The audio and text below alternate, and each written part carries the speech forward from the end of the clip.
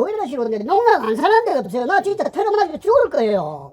여기 불질러 본다니까 나는 그냥 혼자라. 나는 구속돼도 오히려 좋아요. 갈 데가 없어서 교도소가 나는 편하다니까 지금 생각. 그러니까 그런 거를 참고를 하시고 무조건 법원에서 나왔다 뭐 나왔다 해가지고 공갈 치는 식으로 하지 마고요. 내가 지금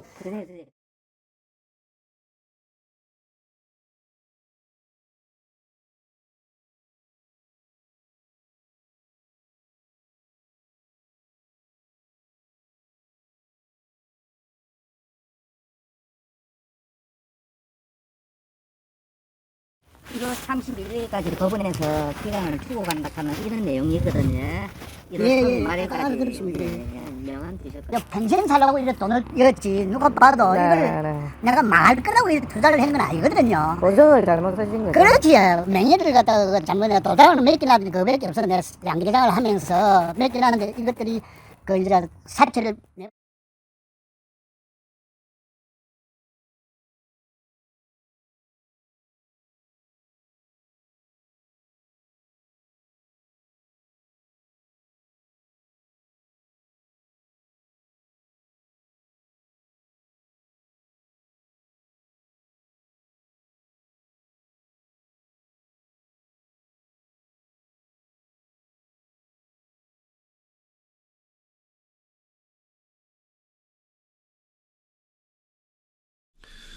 네, 세무경 매니저 삐니아입니다. 여러분들 내용 잘 보셨나요? 경매에서 여러분들이 제일 어려워하는 부분이 인도 협상 부분일 겁니다.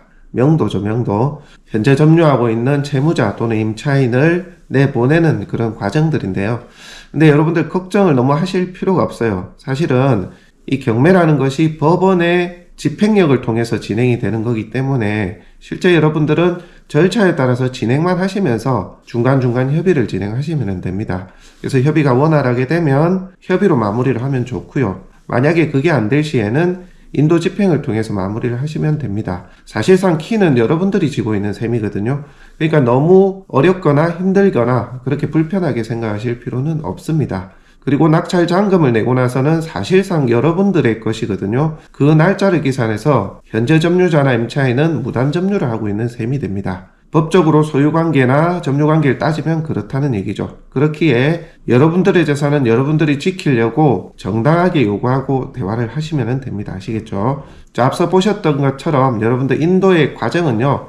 낙찰이 되고 잔금을 내고 나면 여러분들 소유가 되고 그날부터 해서 인도 명령을 신청할 수가 있습니다. 법원에 간단한 양식을 쓰고 제출을 하면 되는데 그렇게 해서 인도 명령 결정이 되면 현 점유자, 채무자 그런 분들에게 모두 송달이 됩니다. 그렇게 점유를 하고 계시는 분은 송달을 받음으로써 인도에 응해야 된다는 사실을 알죠. 물론 그 전부터 알고 있지만 그렇게 해서 법원의 공신력에 대한 힘을 빌려서 여러분들이 인도 협상에 응하시면 됩니다. 일반적인 경우는 인도 명령 결정 정본이 점유자에게 도달이 되고 나서부터 협의가 되는 게 일반적이에요. 하지만 사람에 따라 또 천차만별입니다. 어떤 분들은 이제 본인의 소유가 아니거나 점유의 권한이 없다라고 생각해서 인도의 협상을 잘 하시는 분도 계시지만 어떤 분들은 여전히 끈을 놓지 못하고 점유를 계속 하려고 하거나 또는 과도한 이사비를 요구하는 경우가 있죠.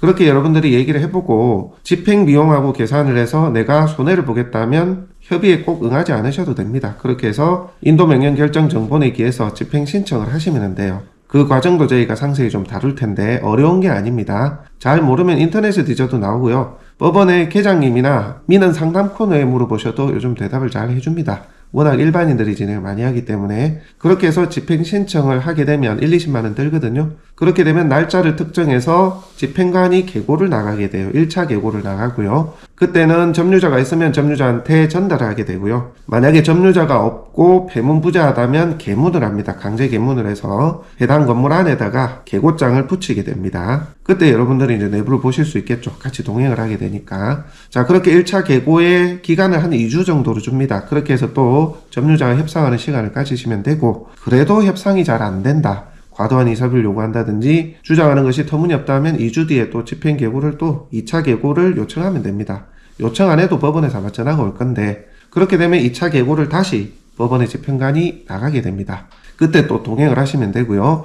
2차 계고 때는 집행 일자가 고지가 됩니다. 협의가 안 되고 인도가 안 되면 집행을 하겠다는 날짜가 특정되거든요. 그래서 여기에서 웬만하면 다 마무리가 되죠. 처음에 언성이 높고 완강히 거부를 하고 인도에 협조하지 않은 분도 마지막에는 협상이 되는 게 일반적이죠. 왜냐하면 인도에 불응하면 본인만 손해거든요.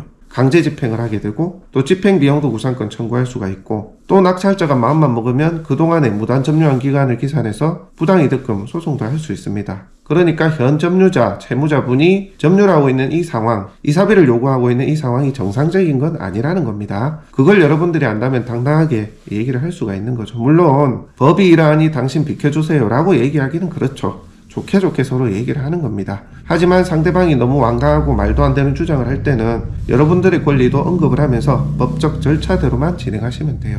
너무 걱정하실 필요가 없습니다. 여러분들 뒤에는 법원이 있습니다. 법원에 집행력이 있는, 공신력이 있는 국가의 권력을 통해서 진행하기 때문에 여러분들이 너무 걱정하실 필요 없고 순리대로 진행하시면 된다. 아시겠죠? 그리고 팁 하나 드리자면 언제 나갈 거다, 언제까지 시간을 달라 등등 이런 요구를 하시는 경우가 많은데 그것과는 별개로 여러분들 인도 명령 신청하셔야 되고요. 그리고 특정 날짜 지나면 또 집행 신청을 하셔야 되고 그렇게 하셔야 됩니다. 그 과정은 그 과정대로 진행하시고 협상은 협상대로 하시라는 겁니다.